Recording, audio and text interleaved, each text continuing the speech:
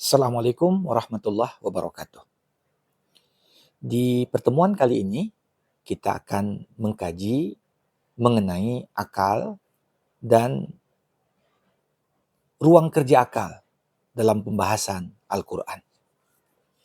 Tentunya kata akal diambil dari akar kata aqala, di mana kata ini disebutkan beserta derivasinya di dalam Al-Quran sebanyak 49 kali. Kesemua dari kata-kata yang diambil dari akar kata aqala tadi, bentuknya adalah fi'il mudhari. Apakah dengan redaksi ya'qilun, ta'qilun, na'qil, ya'qil. Hanya satu saja kata akal yang disebutkan dalam bentuk fi'il madhi. Kata kerja bentuk lampau. Min ba'di ma aqaluh. Nah, satu hal yang menarik, kita tak temukan kata akal disebutkan di dalam Al-Quran dalam bentuk isim. Tapi kesemuanya ke-49 tempat di mana kata akal disebutkan semuanya dalam bentuk kata kerja. Dan ini mengisyaratkan kepada kita bahwasanya seorang itu tidaklah dinilai berakal kalau semata-mata dia memiliki otak. Tapi ketika dia fungsikan akalnya, baik di masa kini atau di masa lalu, barulah dikatakan seorang itu berakal. Makanya kita lihat kata ta'qilun berulang 24 kali. Ya'qilun berulang 22 kali. Aqala, na'qil, ya'qil masing-masing disebutkan sebanyak 1 kali. Namun paling sering kita temukan di dalam Al-Quran redaksi afala ta'qilun. Satu redaksi yang menggunakan gaya bahasa pertanyaan yang menunjukkan makna pengingkaran. Apakah kalian tak berpikir? Kata Allah. Tentunya kita temukan bagaimana redaksi afala ta'qilun ini disebutkan sebanyak 13 kali. Ada ayat di mana Allah mengecam Bani Israel. Atamuruna an-nasa bil birri wa tansawna anfusakum wa antum tatlunal kitab afala ta'qilun. Apakah kalian menyuruh orang berbuat baik sedangkan kalian melupakan diri kalian masing-masing padahal kalian membaca kitab Taurat? Apakah kalian tak berpikir? Apakah kalian tak menggunakan akal? Jadi ketika seseorang melakukan sesuatu yang bertentangan dengan apa yang diketahuinya, melakukan bertentangan dengan apa yang dia diperintahkan untuk melakukannya, ini menggambarkan orang yang demikian itu bukanlah orang yang normal dalam menggunakan akalnya. Orang yang demikian tidak mungkin dikatakan matang dalam pemikirannya. Tapi bisa dikatakan kata-kata afala taqilun menunjukkan orang yang demikian ini seperti memiliki wujud konkret dan pertanda ada kegilaan pada dirinya. Di ayat lain misalnya di surah Ali Imran ketika Allah Subhanahu wa taala mengajak perdebatan Bani Israel, ahlu kitab tentang Ibrahim, di mana ya Bani Israel baik Yahudi maupun Nasrani mereka ingin mengatakan Ibrahim itu Yahudi, Ibrahim itu Nasrani. Nah, Allah katakan afala taqilun. Jadi ini adalah wujud bagaimana Quran mengecam satu bentuk perdebatan yang tidak dibangun di atas logika yang benar. Bagaimana Ibrahim yang mendahului keberadaan Yakub, yang kepada Yakub dinisbatkan Bani Israel, itulah orang-orang yang kemudian diturunkan kitab suci Taurat dan Injil kepada mereka. Ya, kalau disebut orang-orang Yahudi pengikut Musa, kalau disebut ya Nasrani pengikut Isa, bagaimana mungkin dikatakan Ibrahim adalah seorang Yahudi atau seorang Nasrani Padahal dari sisi periode waktu hidup, Ibrahim mendahului Musa ataupun Isa. Nah ini juga kalau kita lihat bagaimana penggunaan kata afala taqilun, bentuk kecaman. Di ayat lain surah Al-An'am ayat 32 Allah juga mengatakan wa mal hayatud dunya illa la'ibun wa lahwun walad darul akhirah khairun lilladzina yattaqun afala taqilun. Tidaklah kehidupan dunia itu kecuali hanyalah permainan dan senda gurau, dan kehidupan akhirat itulah yang lebih baik bagi orang-orang yang bertakwa. Apakah kalian tak berpikir, kata Allah? Apakah kalian tak gunakan akal?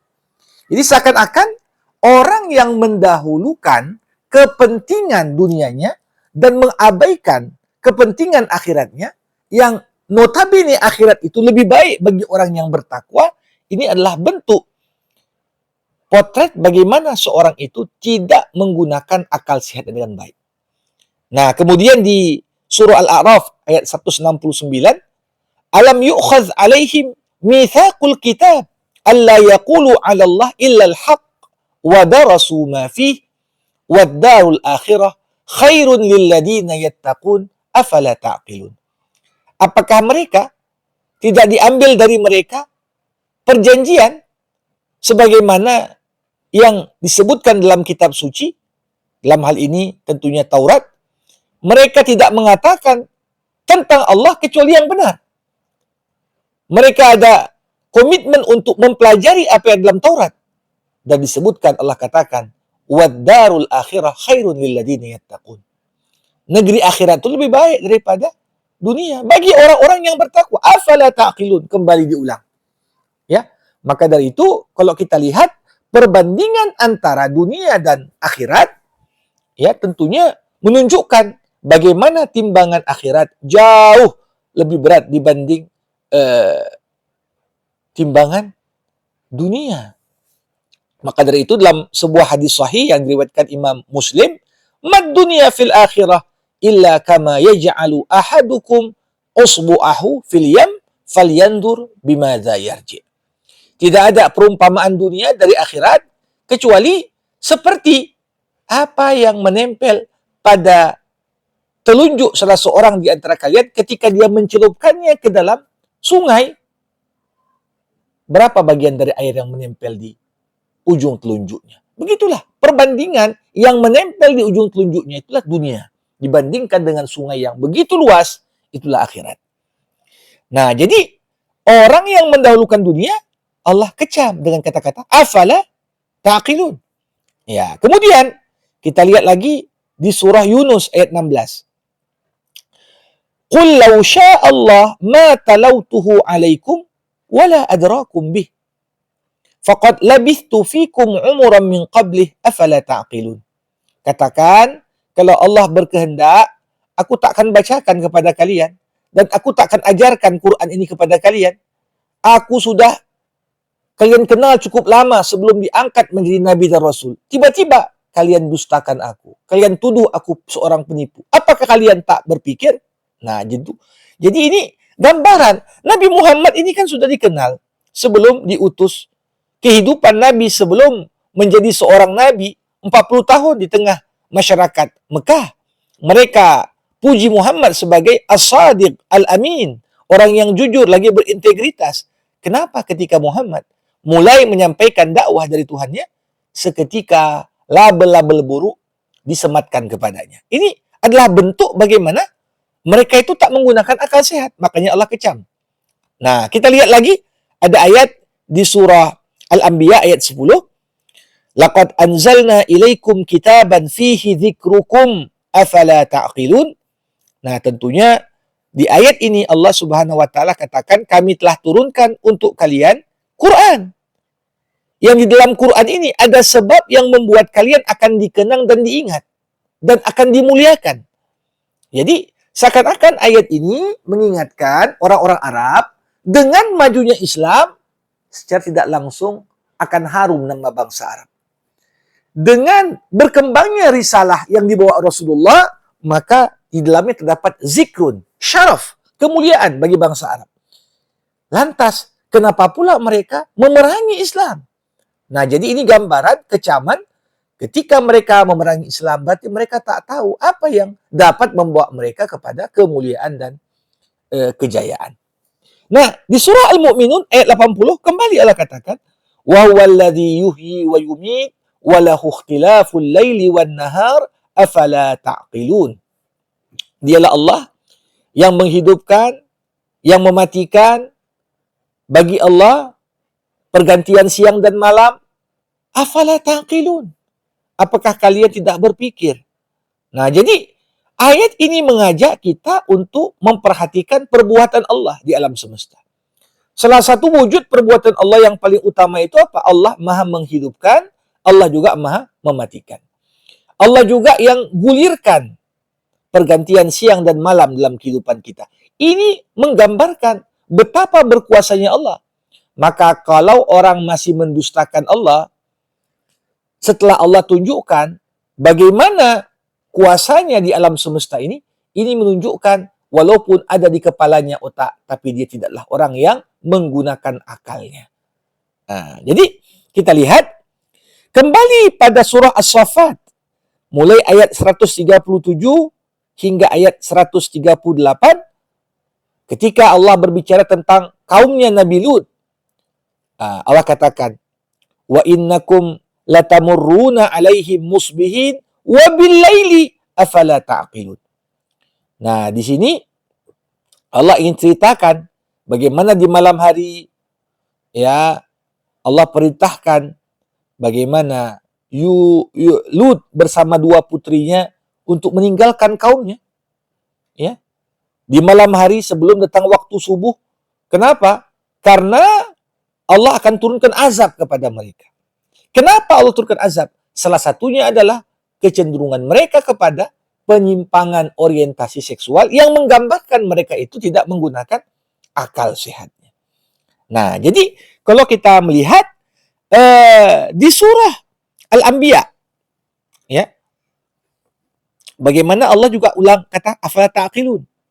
Ketika Ibrahim menghancurkan berhala-berhala yang disembah oleh kaumnya, kemudian setelah kaumnya kembali melihat Tuhan-Tuhan yang mereka sembah itu hancur, kecuali satu berhala yang paling besar. Mereka akhirnya langsung menuduh Ibrahim sebagai pelaku. Nah, disinilah bagaimana secerdasan sosok Ibrahim alaihissalam yang justru menyindir mereka. Ketika ditanya, siapa yang buat ini, wahai Ibrahim?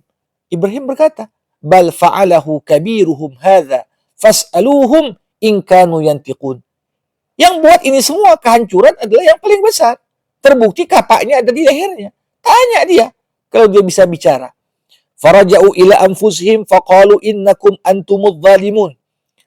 Mulailah mereka seketika sadar. Ya, betul juga yang dikatakan Ibrahim.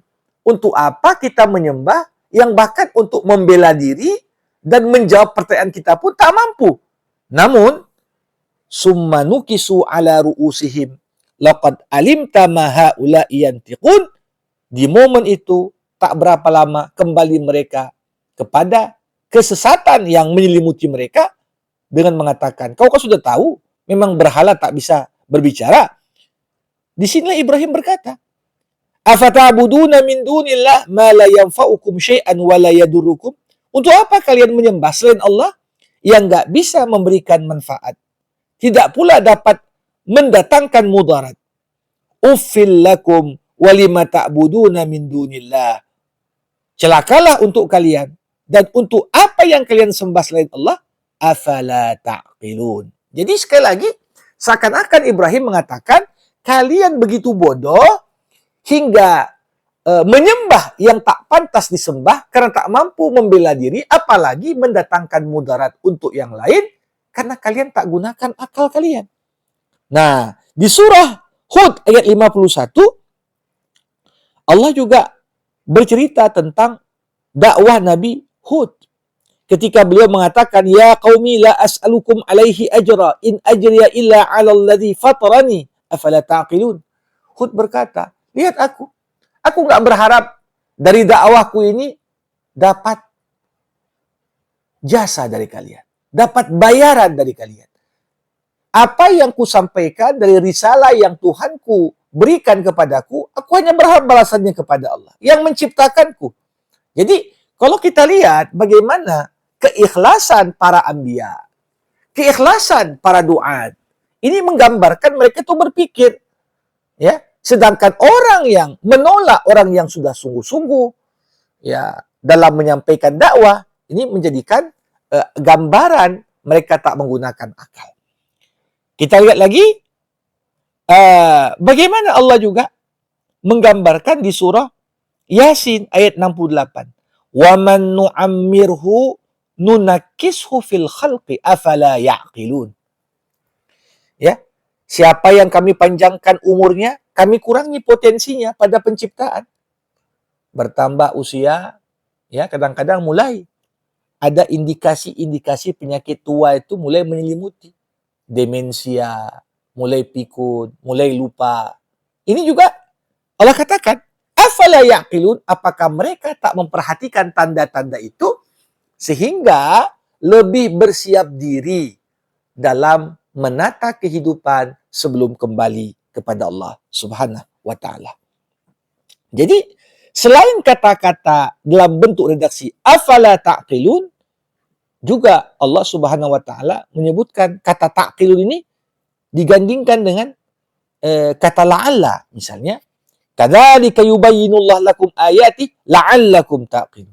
Kadzalika yubayyinullahu lakumul ayat la'allakum taqilun. Supaya kalian menggunakan akal. Jadi ada dorongan yang cukup luar biasa banyak kita temukan dalam Al-Qur'an mendorong umat manusia agar mereka itu menggunakan akal. Bahkan yang paling menarik di surah Al-An'am, seketika Allah selesai menyampaikan 10 of commandment, 10 wasiat Tuhan yang diabadikan di surah Al-An'am, Allah tutup dan akhiri wasiat itu dengan kata-kata dzalikum wasaqum bihi la'allakum ta'qilun. Demikianlah apa yang diwasiatkan oleh Tuhan kalian dengannya untuk kalian supaya kalian menggunakan akal. Jadi kalau kita cerna dan kita perhatikan apa saja yang Allah Subhanahu wa taala perintahkan dan apa saja yang Allah Subhanahu wa taala larang, itu pasti tidak lepas dari hikmah kebijaksanaan sehingga kita diperintahkan untuk menggunakan akal kita. Ya.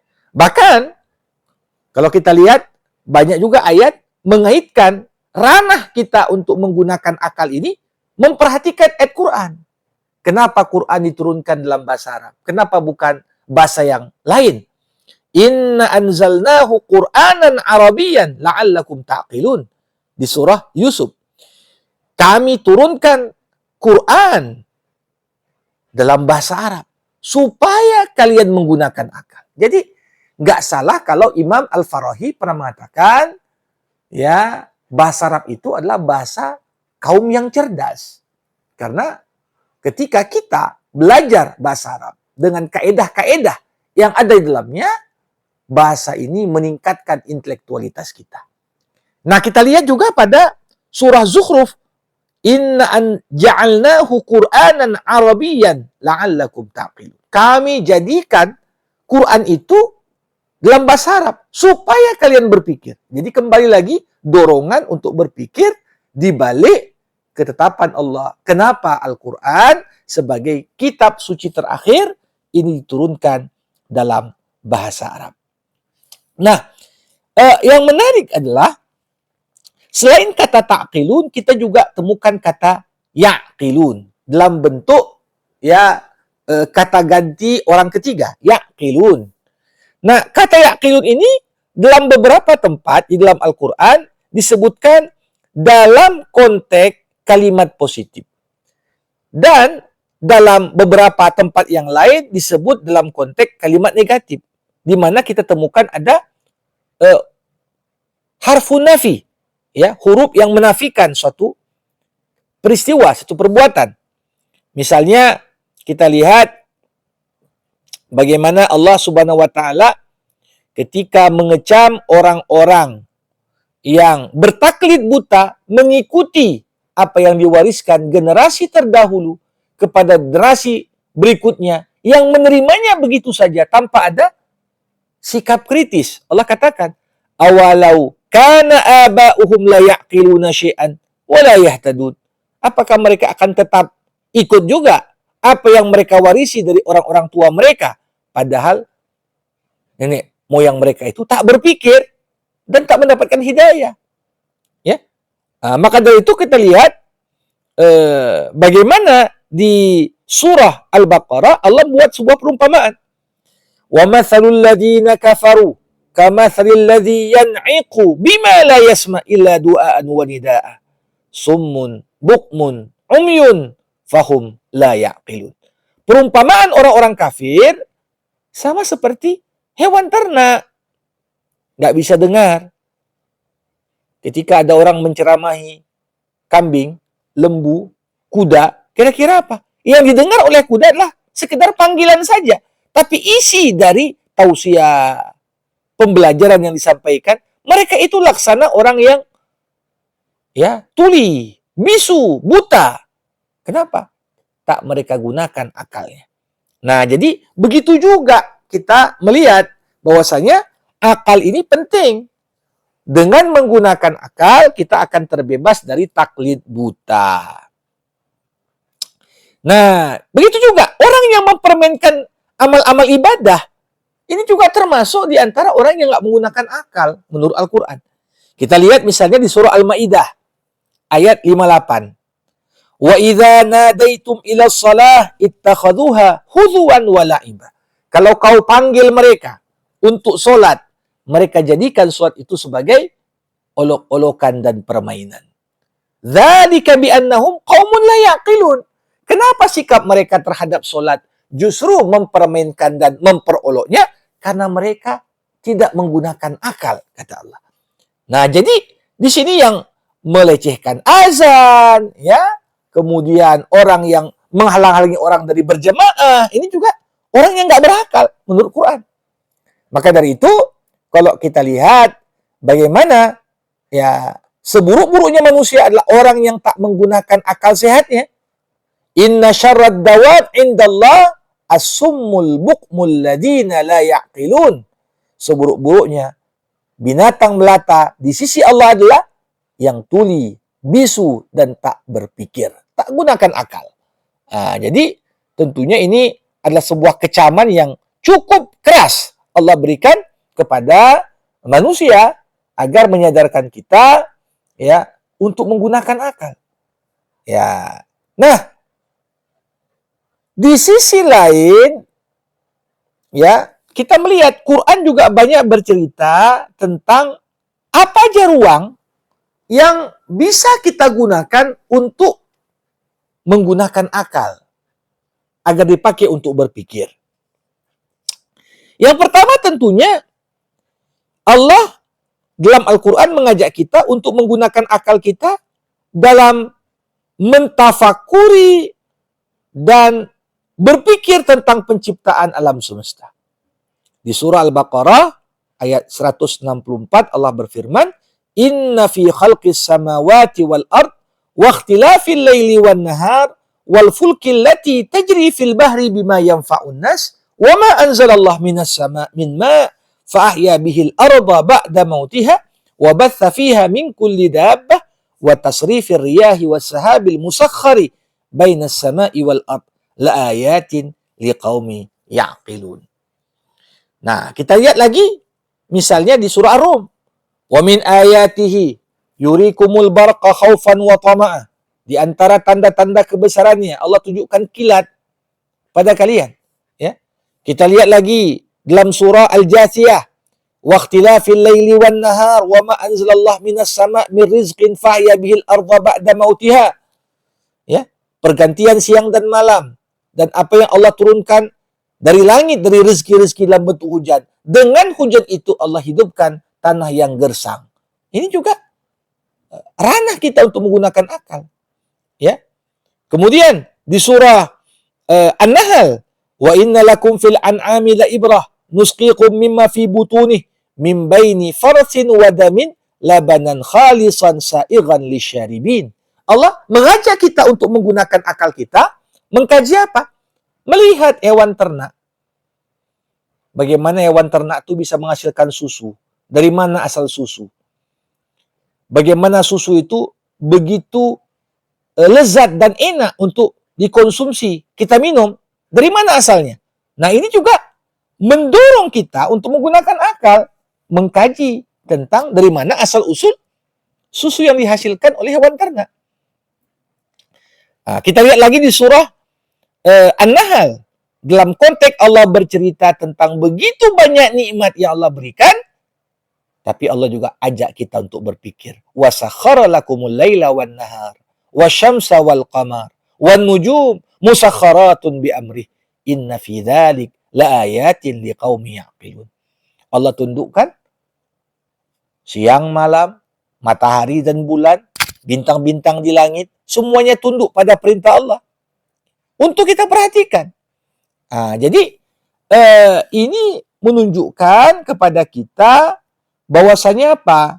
Yang paling bahaya pada manusia ini adalah ketika manusia tak sadar akal yang merupakan manatut taklif, dasar yang dengannya manusia itu menjadi mukallaf, kita tak manfaatkan betul nikmat akal untuk kita jadikan sebagai sarana ya, berpikir, sarana untuk kita kemudian menyampaikan, ya, menggunakannya untuk semakin mengenal Allah dan menanamkan rasa takut yang lebih dalam kepada Allah. Jadi bisa kita simpulkan, berbicara tentang akal dalam Al-Quran, maka Al-Quran menetapkan ruang lingkup kerja akal untuk memikirkan alam semesta, baik langit maupun buminya. Begitu juga memikirkan tentang manusia, baik kondisi masa sekarang atau masa lalunya. Atau juga tanda-tanda kebesaran Allah, baik yang ada di alam semesta maupun tanda-tanda kebesaran Allah yang diturunkan dalam Al-Quran. Nah, siapa yang tak menggunakan akalnya dalam bidang-bidang ini, maka dia akan terhalang dari mendapatkan hidayah kepada kebenaran. Nah, maka dari itu, kalau mau jujur, krisis utama yang menjadikan kebanyakan orang masuk ke dalam neraka. Apa? Sebenarnya, jujur adalah krisis akal sehat. Dan ini yang Allah tegaskan di surah Al-Muluk, ayat 10 dan ayat 11.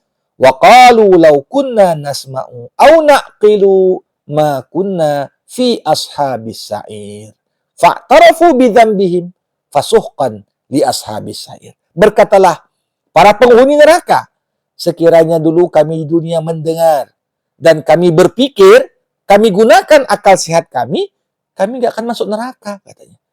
Mereka mengakui dosa-dosa mereka, maka pantaslah mereka menjadi bagian dari penghuni neraka. Demikian. Wassalamualaikum warahmatullahi wabarakatuh.